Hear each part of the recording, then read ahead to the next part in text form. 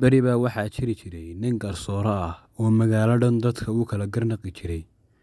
Ninkan dadka deegaanku waxay siin jireen sanadkii xoogaa lacag ah si ay uga mahad celiyaan hawsha adag ee uu hayo deegaanka.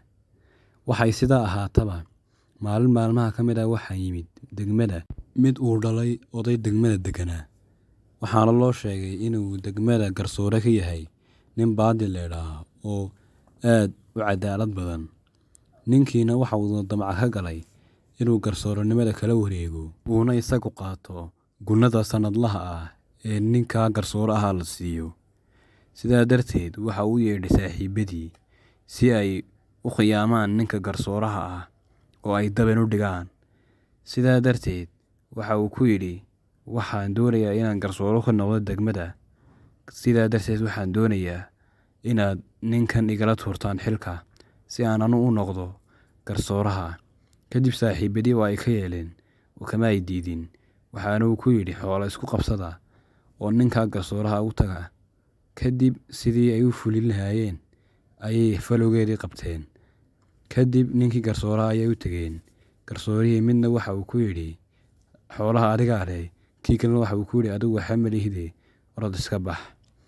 Sidaa darteed labadii ninkii xoolaha uu ku yidhi garsooruhu adigu ma lihid ayaa suuqa inta soo dhex istaagay yidhi anigu xoolo islaameed ma rabo. Kadib dadka ayaa ku soo xoomay. Waxayna ku yidhaahdeen maxaa kugu dhacay? Isna waxa uu ku yidhi maalin dhaweed ayaa annagii saaxiibkay xoolo isku qabsanay. Kadib garsooraha ayaan iskula tagnay. Garsooraha intii dacwaddeeda dhagaysanayay ayaa aan laaluush siiyey. Lacagtiina aniga ayuu siiyey ee waxaad igu caawisaan sidii aan u heli lahaa ninka saaxiibkay ah ee aan xoolaha uu iga qaaday garsooruhu. Kadib ninka ayaa lacagtiisii la siiyey. Kadib deegaankii ayaa u yimid garsoorihii. Waxayna ku yidhaahdeen musuqmaasuq ayaa ka wada degmada ee aan xukumine orod iska tag. Ninkii baadi ahaa ee garsooraha degmadii waa iskaga tegay. Magaalo kalena waa u tegay. Ninkii khiyaamoolaha ah ayaa fuulay kursigii. Kadib degmadii waxaa ka bilaabmay qalalaase iyo musuqmaasuq. Dadkii oo dhanna waa ay dagaalameen. Sidaa darteed degmadii waxay noqotay meel musuqmaasuq ka bilaabmo. Kadib dhowr sano kadib ayaa ninkii khiyaamoolaha u tegay ninkii baadi oo ku nool magaalo kale. Waxaana uu sheegay dhibkii ka dambeeyay iyo in la dhacay dhulkiisii iyo guryihiisii oo dhan. Dadkii oo dhanna ay islaynayaan. Kadib waa ay soo raaceen ninkii beenaalaha ahaa iyo ninkii baadi ee garsooraha ahaa. Waxaanu soo hor istaagay mar labaad ninkii beenta ka sheegay.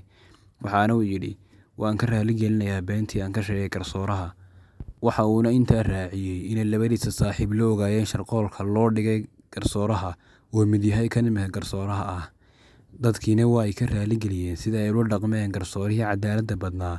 Waxa ayna mar labaad ka codsadeen inuu xukumo garsooruhu. Sheekadan haddii aad wax ka baratay ama aad ka faa'iiday nala wadaag. Fadlan haddii aad nagu cusub tahay subscribe noo saar channelka. Waad ku mahadsan tahay la socodkaaga.